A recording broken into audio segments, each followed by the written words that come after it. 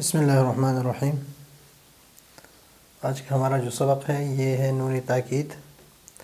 نون تاکید ہر اس نون کو کہتے ہیں جو فعل امر یا ہر اس فعل مضارع پر داخل ہو جس میں طلب کا معنی ہو۔ مثلا ہم یہ کہیں کہ واللہ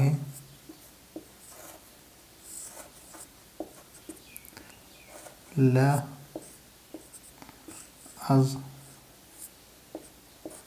أضربن، تو ابھی یہ لأضربن یہ فعل مضارع ہے اور اس پر یہ داخل ہے نون، اس لیے کہ اس میں فعل کا معنی موجود ہے۔ تو نون تاکید جو ہے یہ دو قسم پر ہے۔ نمبر ایک ہے نون ثقیلہ اور نمبر دو ہے نون خفیفہ۔ نون ثقیلہ ہر اس نون کو کہتے ہیں جو مشدد ہو، اور نون خفیفہ ہر اس نون کو کہتے ہیں جو ساکن ہو، اور یہ داخل ہوتے ہیں یہ نون ثقیلہ اور نون خفیفہ فعل امر پر اور فعل مضارع پر، ہر اس فعل مضارع پر جس میں طلب کا معنی ہو اور اس میں تاکید پیدا کر دے، تو اس وجہ سے اس کو کہتے ہیں نون تاکید۔ اور دو نون ہیں تو اس وجہ سے دونوں کو اکثر جب لکھا جاتا ہے تو نون تاکید اور یا نئی التاکید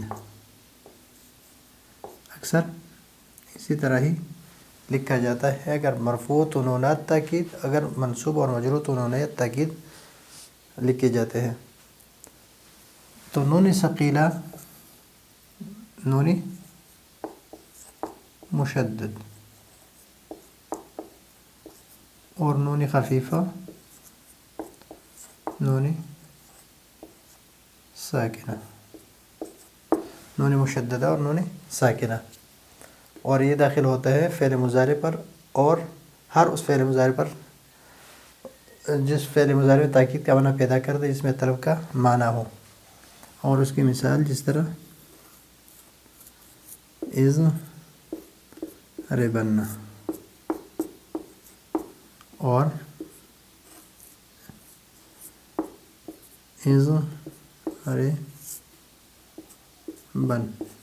اضربن اور نون خفیفہ کی مثال اضربن، تو یہاں پر نون مشدد ہے اور یہاں پر نون ساکن ہے۔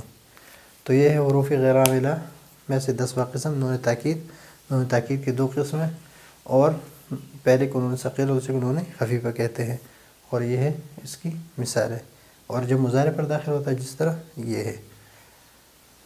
تو یہ ہے آج کا ہمارا سبق۔ اگلے سبق کے لیے اجازت چاہتے ہیں۔ اللہ حافظ۔